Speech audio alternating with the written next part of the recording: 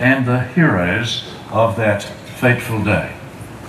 This interpretation of events has been taken from eyewitness accounts and historian records that have been made available to the college.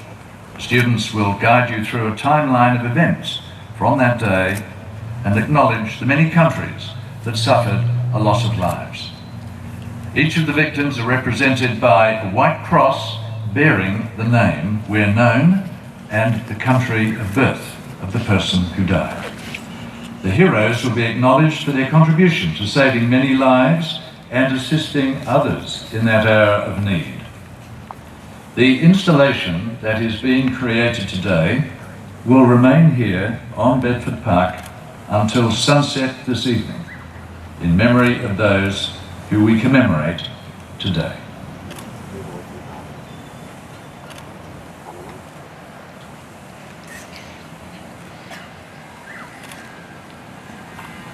It is the most appropriate time to reflect on the shared past, so the great wisdom and lessons learned from history may be passed on to future generations. We are living proof that time heals, and it is possible to become friends and allies.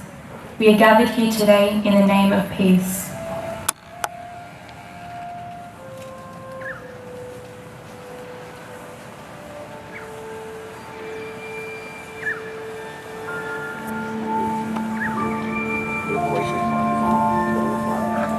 Broome in 1942 was a small town on the tropical northern coast of WA, renowned for the quality of its pearls and pearl shell, but little else.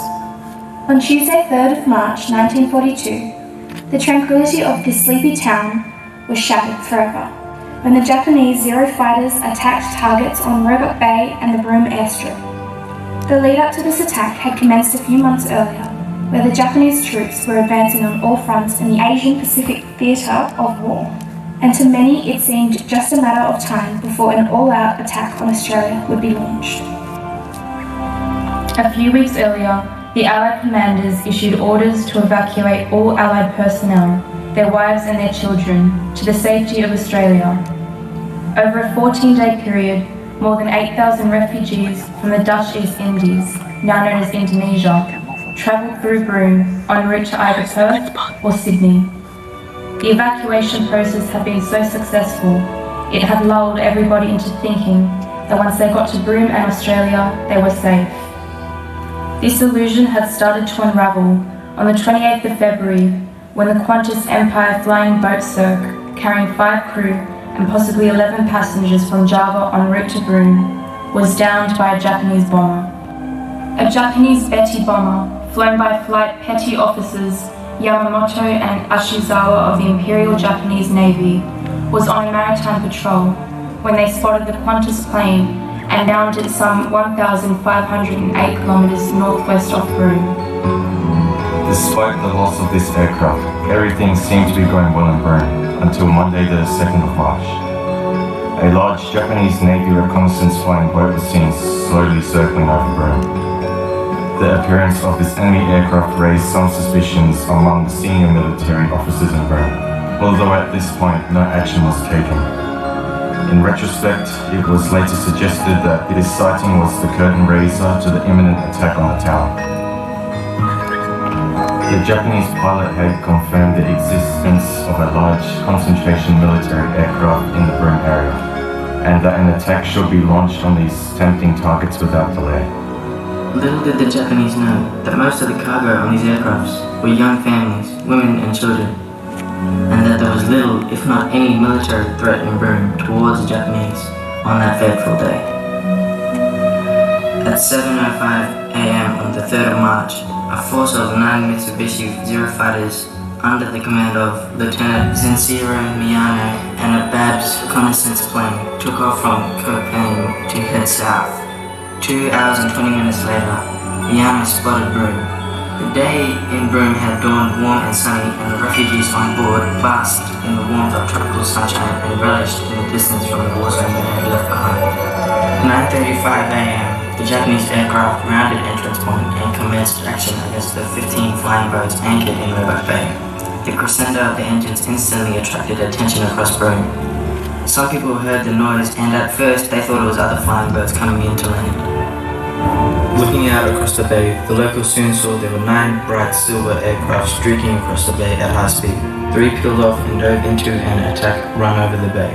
These planes were reported to have suns on their wings, and the terrified onlookers knew that they needed to run for cover. After 3 runs, all 15 flying birds were burning.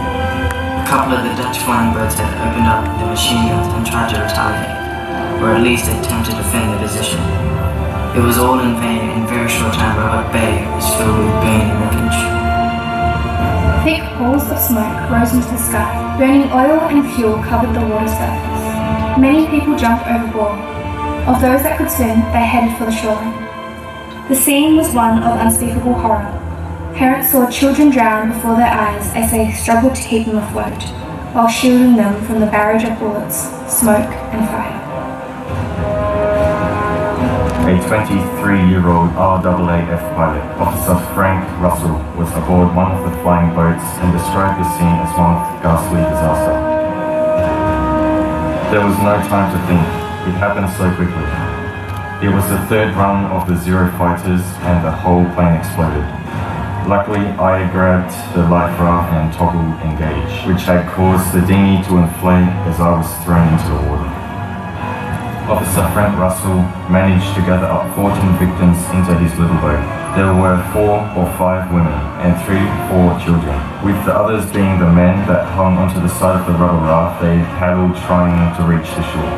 As the attack continued, his small boat was in direct line of fire and the noise was horrific. The sound of the bullets hitting the water and the screaming from the people that were desperately trying to survive had caused panic and confusion. To the credit of the Japanese, I think they had a mission to complete. It was more important to destroy the aircraft than it was to take lives. One now realizes that they had a job to do, and sadly, they executed it thoroughly. As the barrage of bullets and cannon shells exploded around the vessels, many people crowded together and died when the bullets struck and the flying boats exploded into pieces. The Dutch co-pilot on one of the Catalina flying boats, Sergeant Bart van Emmerich, was with his wife Frederica and their 6-month-old son Bernard. Recognizing the attack and what was happening, Bart used his body to shield his wife and son. He was struck several times in the back with shrapnel and bullets and died in his wife's arms. Frederica herself was badly wounded, and in the panic of trying to escape the aircraft, she lost her son in the crash. A flight mechanic, Leonard Brandenburg, clung to the aircraft anchor rope, screaming out to his family to jump into the water. The fuel tank had exploded and he was covered in burning fuel. Somewhere within the flames, Leonard Brandenburg's wife and 5-year-old son perished. Willie Josina Maria van Adlen was a little girl, not even 10 years of age. One minute she was sitting quietly inside the aircraft with her parents, Johan and Josina. The next moment there was screaming and shouting, and she was in the water. She frantically looked around for her mother and father, but would never see them again. Fritz van Halsen was a radio operator and witnessed people dying in front of him. He watched a small girl, frightened and alone, drift past him in the water. He grabbed her and kept her afloat while he waited for the dinghy to rescue and help her. 4 members of the Longman family died. 4 children aged 9, 6, 3 and 1, whilst the parents and 2 siblings survived. The bodies of the children were never recovered. Peter and Maria Schroeder also perished, as did Anna Crugen and her 6-year-old daughter Elizabeth. Captain Peter Hendricks and his wife Jenny both died, and their bodies were later recovered. They were locked in and embraced, unwilling to part from each other even in death. Jan Piers, an aircraft engineer, jumped into the water. His wife was screaming out to her husband that she could not swim. As she stood on the wing with her 2 sons, a flurry of gunfire struck the sponson, killing her and her younger son Franz instantly. Cornelis, her 15-year-old son, decided to jump, but as he did, he was struck by the gunfire. 20 meters away, Ellie Coens witnessed this incident, and the images would stay with her for the rest of her life. Andrew Island, a member of the RAAF crew, stayed on the water by himself in a 5-man dinghy. He pulled 4 Dutch aircrew and a wounded Dutch woman aboard before turning to paddle to shore. A RAAF officer rescued Sophie Beaumont, who had been wounded.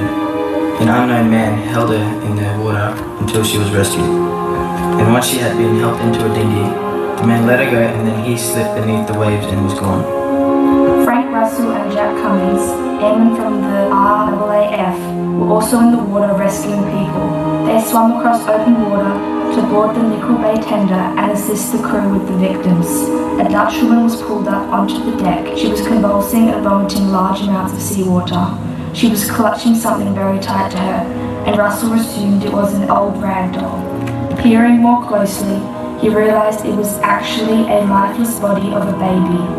They found it had a single bullet wound to its chest. The RAF Catalina was hit and 5 crewmen were killed instantly. One of the men that managed to escape the burning wreckage was a Sikh of the Royal Indian Air Force, Flying Officer Manmohat Singh, who was a non-swimmer. He was helped by the other survivors and managed to cling to some of the floating debris, but prior to being rescued, he disappeared and drowned. Lewis Ambrose commented that it had turned the bay into a blazing scum that bobbed and moved but couldn't cover up the fact that while some people were dying, the others were out there trying to save as many lives as they could. There were many heroes on that day. Charles D. Anton, an Aboriginal man from One Point, waiting in Broome to join the army, had rowed out to clean the flying boat and prepare it for refueling. As the strafing began, D'Anton dived into the water to rescue a woman and a child that had jumped into the water and were drowning. Charles swam to the woman and using sign language communicated to her that they would be okay. The pair were eventually rescued by a passing boat, and then D'Anton swam back through the burning wreckage with the 15 flying boats to help the others. On the Nickel Bay, Robin Hunter, another Aboriginal man, Lawrence Laurie Bruce, a Broome resident, together with Captain Harold Matheson, at their own peril rescued many victims from the burning bay. This was despite the fears that the bright red refueling drums on the ketch would attract the attention of the Japanese. Matheson navigated between the patches of burning fuel, rescuing anyone who had survived the inferno. Comments were made of the incredible strength and vice-like grip shown by Robin Hunter during this time. What these men witnessed and saw on this day was worse from up close. There was a cannon of loud noises, people screaming, seaplanes burning, people calling out, frightened and confused. Blackened corpses floating in the water, bodies smashed to pieces by bullets and shells. The vision of women and children trapped inside the burning aircraft, clawing at the windows and turrets. 9:45 a.m., the Japanese aircraft commenced action against the Broome airfield with very low attacking runs. The gunnery was concentrated and accurate, and their formation plan was exemplary. On the airstrip, Flight Lieutenant Gus Winkle, a Dutch military pilot, and 2 American lieutenants, Joseph Rouse and John Minnan, realized they were the next targets. The 2 American officers jumped into a nearby jeep and drove up and down the flight line, calling out to the flight and ground crews to seek shelter. The men were jumping into the slit trenches that had been dug out along the edges of the runway. There were no airfield defense at all, and all the pilots felt ill-prepared for what was coming. Desperately, Gus Winkle was defending the aerodrome with his air-cooled Colt machine gun, firing from the trenches alongside the runway. The Japanese destroyed 5 aircraft on the aerodrome, including the 2 Flying Fortresses and a Liberator. Another Liberator succeeded in taking off and was promptly shot down by a Japanese warrant officer, Osamu Kudo. The aircraft was full of sick and wounded soldiers from Java, who were on their way to Perth for treatment. Once the aircraft lifted over the sand dunes, it came crashing into the Sea of Cable Beach, killing all but one on board. The Japanese pilot flew no more than a couple of kilometers before his damaged fuel line split, causing the aircraft to explode and nosedive into the ocean. The pilot's body was never found.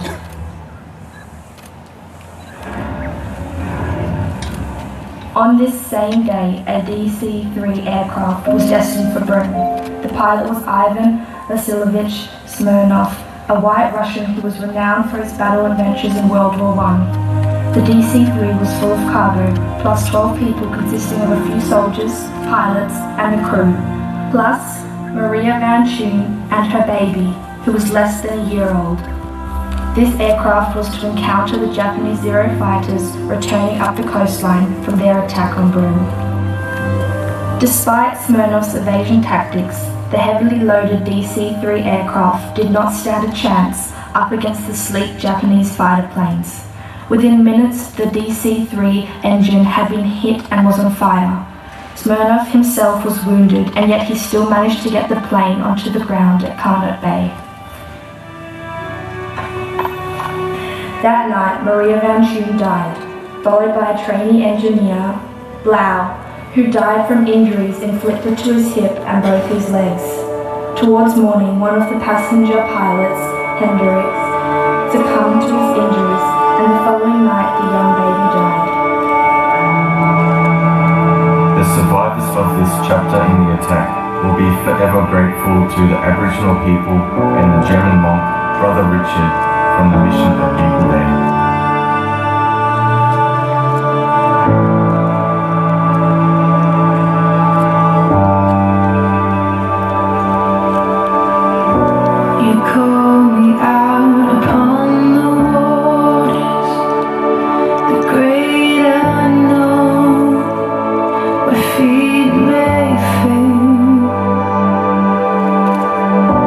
And there I find you in the mystery.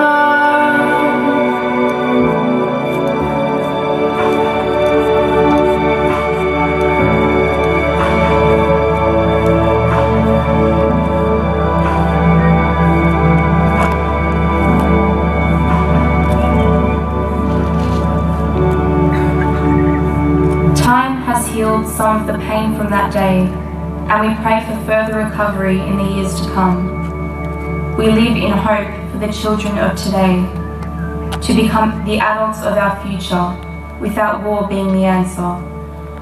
We continue to live for the continuing restoration of our ties to the Japanese community, for the ability to maintain our resilience and to forge forward with healing and closure. We are gathered here today in the name of peace.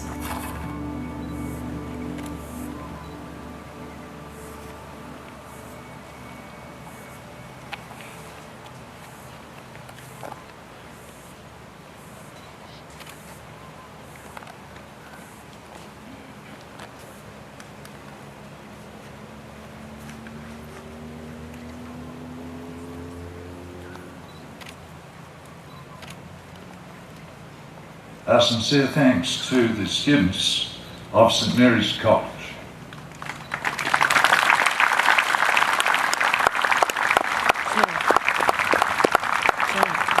That was a magnificent, reflective performance, and what they have set out on Bedford Park today will remain here until sunset this evening as a reminder